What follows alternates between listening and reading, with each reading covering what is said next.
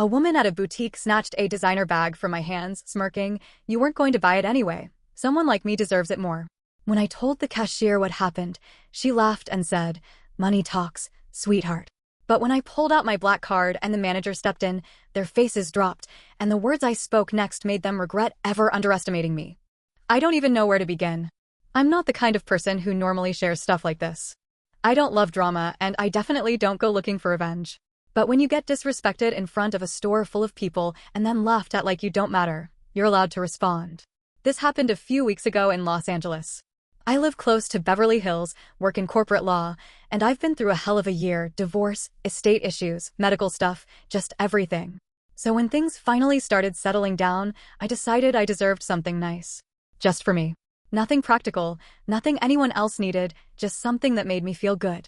I'd been eyeing this specific designer bag for a while. It was a Bottega Veneta deep green, gold hardware, buttery leather, limited release. One of those bags you don't find just anywhere. I found out from a client that one boutique on Melrose Avenue had one left in stock, literally one, and they don't even keep it on display. You have to ask for it specifically. So I called ahead, they confirmed it was still there, and I headed over. When I got to the store, I was polite. I wasn't dressed flashy, just jeans, blazer, a nice pair of boots. I walked in and asked for the associate I spoke to on the phone, Britt. She came over, kind of looked me up and down, and gave me this tight smile. Not friendly, not rude. Just, like she wasn't sure what to make of me. I told her I was here to see the limited Bottega, and she raised an eyebrow, then went to the back. A few minutes later, she came out with a black cloth bag and gently unwrapped the purse like it was a newborn. I'm not exaggerating, it was beautiful. The color, the texture, the craftsmanship, it was perfect. She handed it to me and I just stood there for a second, holding it. I wasn't playing around. I knew I wanted it. I just wanted to admire it before I said yes. That's when she showed up. Out of nowhere, this woman walks right up next to me like she owns the place. Tall, tan, maybe in her early 30s. Face full of work, fillers, lashes, hair extensions down her back. You could smell the money, or at least the effort to look like money. She didn't even ask me if I was buying the bag. She didn't even say hello. She just reached out and took the bag right out of my hands. "No, may I see it? Or, are you interested in this?" "Nothing." She just said, "You weren't going to buy it anyway."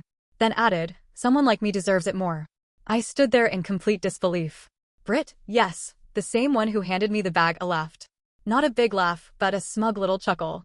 And then, like it was some kind of inside joke, she leaned over and said, "Money talks, sweetheart." Now, I don't usually respond to nonsense like that. I've worked in boardrooms with people twice my age trying to outmaneuver me. I'm used to games. But this wasn't a game. This was just disrespect. I looked at the woman. She had the bag hooked over her arm like she'd just picked it off a shelf. I looked at Britt. She didn't say a word, just smiled like she was watching a tennis match. So I smiled too. Not because I was okay with it, but because I had a plan. I said, very calmly, "Is the manager here?" Britt looked annoyed but pointed toward the back. I walked over to the front counter and asked to speak to Dominic, the store manager. I kept my voice even, my tone polite. When he came out, he was exactly what you'd expect from a high-end boutique manager. Clean-cut, suit fitted just right, that smooth Euro accent. I told him quietly what had happened, how I was holding the bag, how the other woman took it, what Britt said. He didn't hesitate. He said, "That is completely unacceptable. Give me one moment." He walked past me and went straight over to where Britt and the other woman were still standing. "Britt, I need you to clock out and leave for the day," he said. Her face changed. "What? Are you serious?" "I'm very serious. I'll discuss it with you tomorrow." She stared at him, then at me, and then stormed off toward the back without another word. The other woman, let's call her Tasha, because she looked like one, was still standing there with the bag on her arm. Dominic looked at her and said, "Ma'am, I'll need that back." It was reserved for another client. She didn't move. She looked Dominic up and down, then looked at me like she wanted to spit. She wasn't even buying it, she said. That's when I reached into my purse and pulled out my Amex Centurion card. You know the one. Matte black. No limits.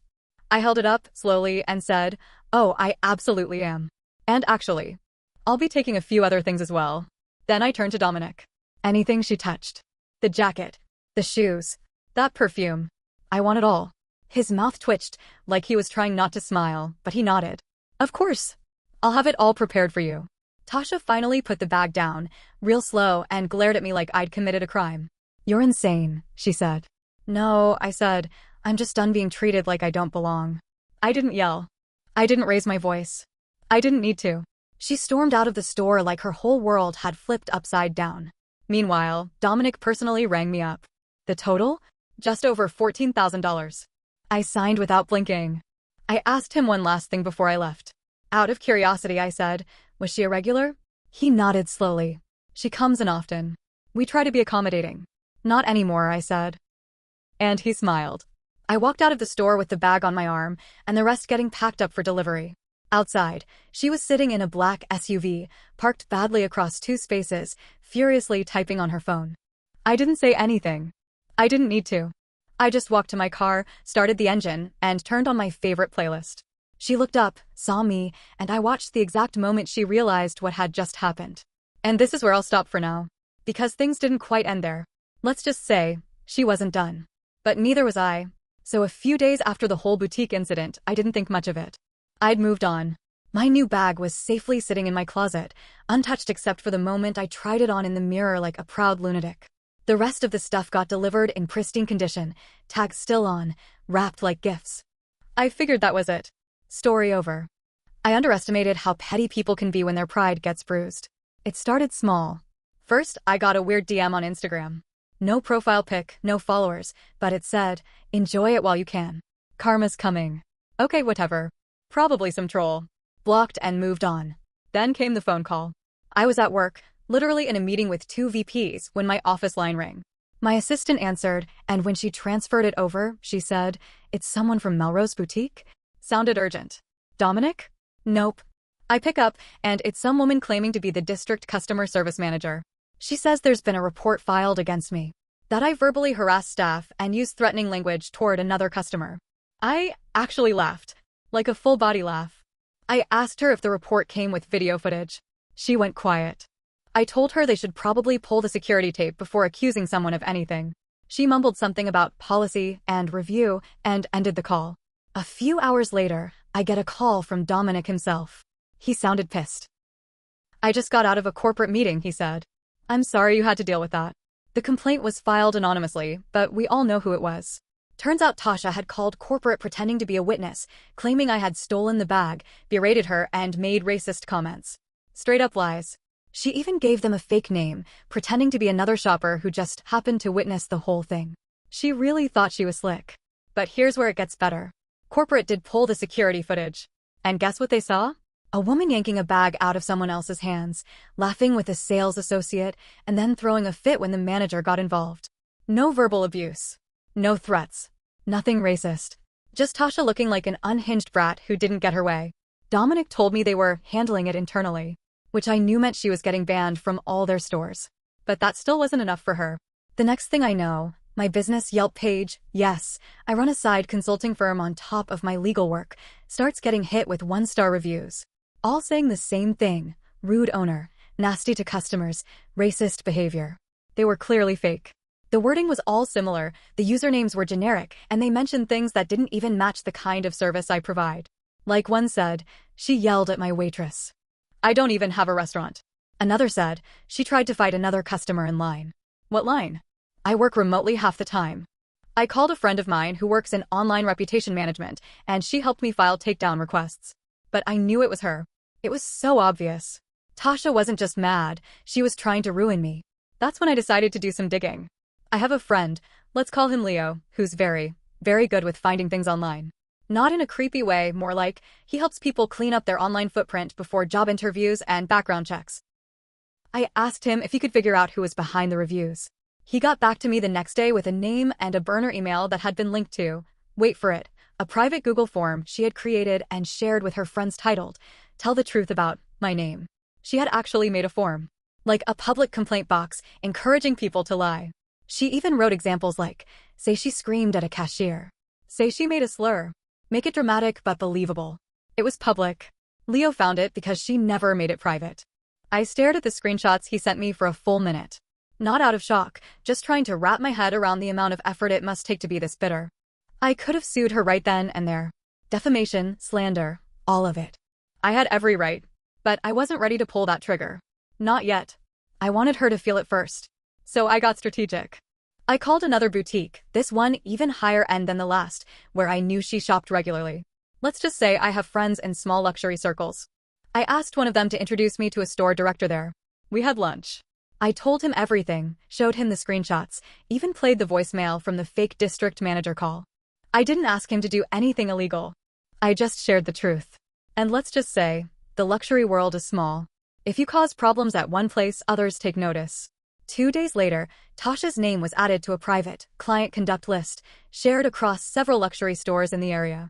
Basically a polite blacklist. Not official, not public, but effective. Some stores flagged her. Others marked her account as observe closely. She wouldn't know it happened. She'd just start noticing she wasn't getting invited to the private events anymore. Maybe the champagne didn't come out when she walked in. Maybe suddenly, the staff were too busy to pull items from the back. I didn't need to scream or sue. I just let the truth circulate. But she still didn't stop. And this is where it took a really strange turn. I got a letter in the mail. Handwritten. No return address. The letter said, "You think this is over, but I know people. I'll make sure you lose everything." No signature. But I knew it was her. The writing was shaky, like someone trying to disguise their handwriting. I took a photo and sent it to Dominic, Leo, and my lawyer. I was officially done playing nice. But then something else happened. Something that made me stop cold. One of my clients, a big one, a real estate investor, called me and said, "Hey, this is weird. Some woman called saying she's your assistant and that your business is under investigation. She asked me to forward any invoices or payments directly to her." I almost dropped my phone. She tried to reroute my client's money. This wasn't petty anymore. This was criminal. And that Reddit is when I decided. Nope, not the ending yet. You want me to keep going? Let me know. Because what I did next wasn't revenge. It was justice. After I found out she was impersonating my assistant and trying to reroute my client's money, I knew I couldn't play passive anymore. I wasn't just angry. I was stunned. You don't expect some stranger you saw in a boutique once, who snatched a handbag and got embarrassed, to spiral into fraud. And yet, here we were. So first thing I did? I had my lawyer draft a formal cease and desist letter. Very official. Very serious. We had her full name now, thank you, Leo, and even an old address. He sent the letter via certified mail and also emailed a copy to the address linked to her little Google revenge form. No response. But the moment that letter went out, something happened that made me realize she wasn't working alone. About 3 days later, my email got hacked. Not my work one. Thankfully, I keep that locked down tighter than Fort Knox, but my personal Gmail. The one I barely use anymore, except for newsletters and the occasional Amazon order. Suddenly I started seeing password reset requests for my PayPal, my Grubhub, even my Spotify. I recovered it within minutes, changed everything, added two-factor across the board. But whoever got in had already gone through and downloaded my email archives. You know how I know? Because I got a notification that a .zip file had been downloaded from my Google account. Now, here's where the twist hits. Inside those archives were screenshots of emails between me and my ex-husband's lawyer. We're talking about private legal stuff from months ago. Nothing illegal, but definitely sensitive. Property settlements. Financials. Alimony negotiations.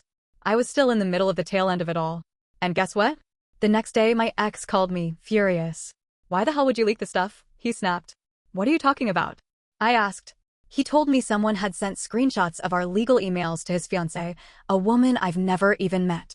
She apparently thought I was trying to take him for everything and accused him of hiding assets. Chaos exploded over there. He sent me the email. The sender? Anonymous Gmail. Burner account. But the subject line said, "Thought you should know what she's planning." Same writing style as the other email attacks.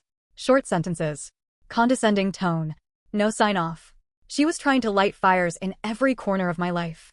At this point, I wasn't scared. I was just beyond done. This wasn't just about a handbag anymore. This was someone who had decided I was her target, and she was going to make me miserable because she couldn't handle being told no. So I decided to set a trap. I reached out to a friend of mine, we'll call her Mel. She's in PR, but used to do crisis management for celebrities. The kind of person who knows how to make noise when someone messes with you and make it look effortless. We came up with a plan. First, I cleaned up every public profile I had. LinkedIn, Instagram, my business site, locked down. Then we built a digital trail. I posted a casual photo with the Bottega bag, tagging the boutique, privately approved by Dominic, of course. Caption said, "To the woman who said I didn't deserve it, you were right. I deserved better.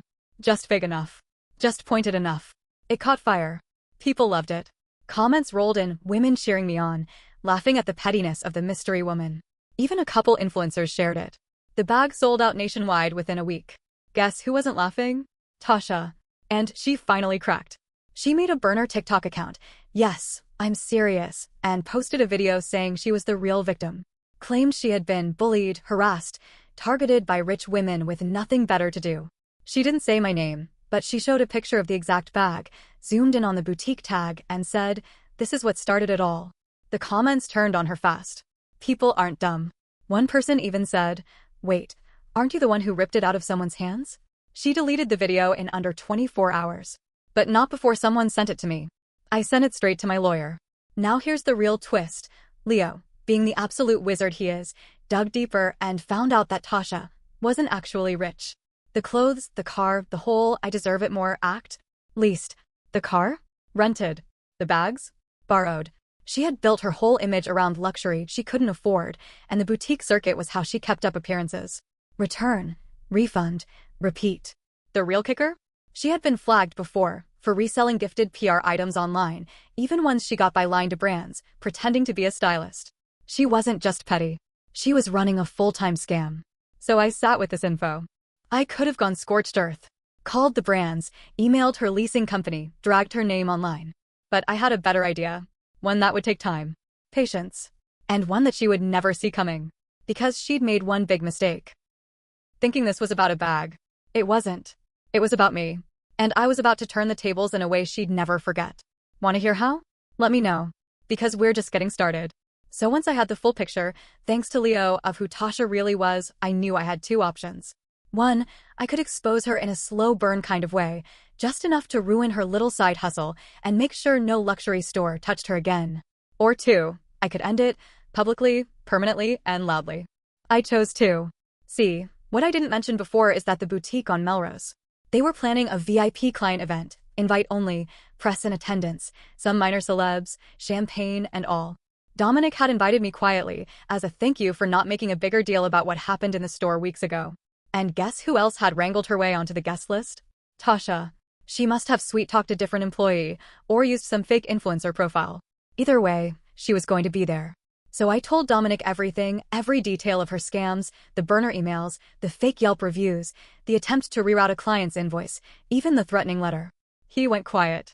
He told me he'd speak to corporate, and the event invite list would be reviewed. But I asked him not to uninvite her. I said, let her come. Let her be comfortable. I want her to feel like she's still in control. He nodded. As long as you're sure. I was. The night of the event, I showed up in a black floor-length gown, hair done, heels sharp. The Bottega bag on my arm, not flashy, just a quiet, cold reminder. I walked in, greeted Dominic, chatted with a few familiar faces. Everyone was dressed to kill. About 30 minutes in, I saw her. Tasha. Wearing a silver sequin dress that looked like it hadn't breathed since 2009. She had a man with her, tall, bearded, definitely confused. He looked like he got dragged there. She was clinging to his arm, but her eyes scanned the room like a hawk looking for cameras. And then her face landed on me. She froze. I just smiled. She didn't smile back. Dominic gave me a small nod from across the room. Then the announcements started. The boutique director made a short speech thanking the guests, mentioned upcoming collaborations, and then added one final line. We also want to take a moment to thank our clients for their integrity and conduct. Trust and honesty are the foundation of luxury. Without it, all this is just stuff. The crowd clapped politely. Tasha didn't. And then I stepped forward. Because I had been given 5 minutes to speak as a featured client. Totally normal at these events, usually just fluff about fashion and empowerment. But I had a different message. I thanked the boutique for their service. I talked about what it meant to feel respected as a customer. And then I said this. A few months ago, someone tried to humiliate me in the store. Not because they were better than me, but because they thought they could pretend to be. Since then, that person has impersonated me, tried to ruin my business, even sent threats to my home. They've also been scamming luxury brands across LA for years. I paused. You could hear the silence settle. But here's the thing about pretending. You can only keep it up until someone sees the zipper on the costume. And then, calmly, I turned and looked directly at her. So I'm here tonight not to get even, but to say, it's over. She went pale. And then, in front of everyone, she yelled out, she's lying. You're just mad I got the bag first. People turned. Dominic stepped forward, and so did the boutique director. But I held up a hand. You took it out of my hands. You humiliated me. And when that didn't work, you tried to destroy me. I have the screenshots, the emails, the Yelp reports, the TikTok video, the invoice scam. I even have your little revenge form. You left it public. She opened her mouth, closed it, then turned to the guy she came with and hissed, "Don't believe her. She's obsessed with me." He looked at me, then back at her. "You made me sign up for fake Yelp accounts," he said quietly. Her jaw dropped. "I didn't know. That wasn't." He pulled his arm out of hers. "You told me she ruined your life. But you left burner phones in my car. You used my business laptop. What the hell, Tasha?" She looked around the room. Everyone was watching now. One woman near the champagne table whispered something and laughed. That broke her. "You think you're so special," she spat at me. "You think having a card and a bag makes you better? You're just a bitter old woman hiding behind lawyers and money." I smiled. "And you're just a scared little fraud who thought no one would ever check the receipt." Security came shortly after. Quietly, professionally. She didn't fight. Just whispered something to herself over and over. No tears. No screaming. Just pure unraveling. She was escorted out of the boutique and into the night. The man she brought didn't follow her. He stayed behind, took a drink off the tray, and sat down like he had just been freed. The rest of the night? Quiet. Awkward. Some people avoided me. Some came up and shook my hand. One older woman said, "I've waited my whole life to see someone like her fall flat." I didn't laugh. I didn't celebrate. I was exhausted. The days after were strange. Her TikTok disappeared. The fake reviews vanished. She went dark online. A few brands sent me messages privately thanking me for speaking up. Apparently, she'd pulled similar stunts with their PR reps. I heard through the grapevine that her leases got revoked. That her credit finally caught up with her. One rumor said she moved out of her West Hollywood apartment in the middle of the night. I don't know what's true anymore. What I do know is this. For weeks, I couldn't sleep. Not because I was scared of her, but because I kept asking myself, how did it get this far? Over a bag. But of course it wasn't about the bag. It was about power. About ego. About being told no and not being able to handle it. She couldn't stand losing. And I couldn't let her win. I don't regret what I did. I didn't ruin her life, she did. I just stopped her from ruining mine. But there is one part that sits heavy on me still. When she walked out that night, humiliated, friendless, exposed, I saw something I hadn't seen before. Not anger. Not shame. But emptiness. Like she had no idea who she was without the pretending. And for just a second, I felt sorry for her. Only for a second. Because people like her, they don't break overnight. They crack in private for years. And then, when finally someone says, "No more," it looks like the villain won. But the truth is, she lost the moment she thought I'd stay silent. I'm not sure what this makes me. A villain? A survivor? Just someone who refused to be stepped on? All I know is, I walk differently now. Shoulders back. Chin high. And when I look at that green bag in my closet, I don't see leather. I see every time someone underestimated me. And every time I proved them wrong.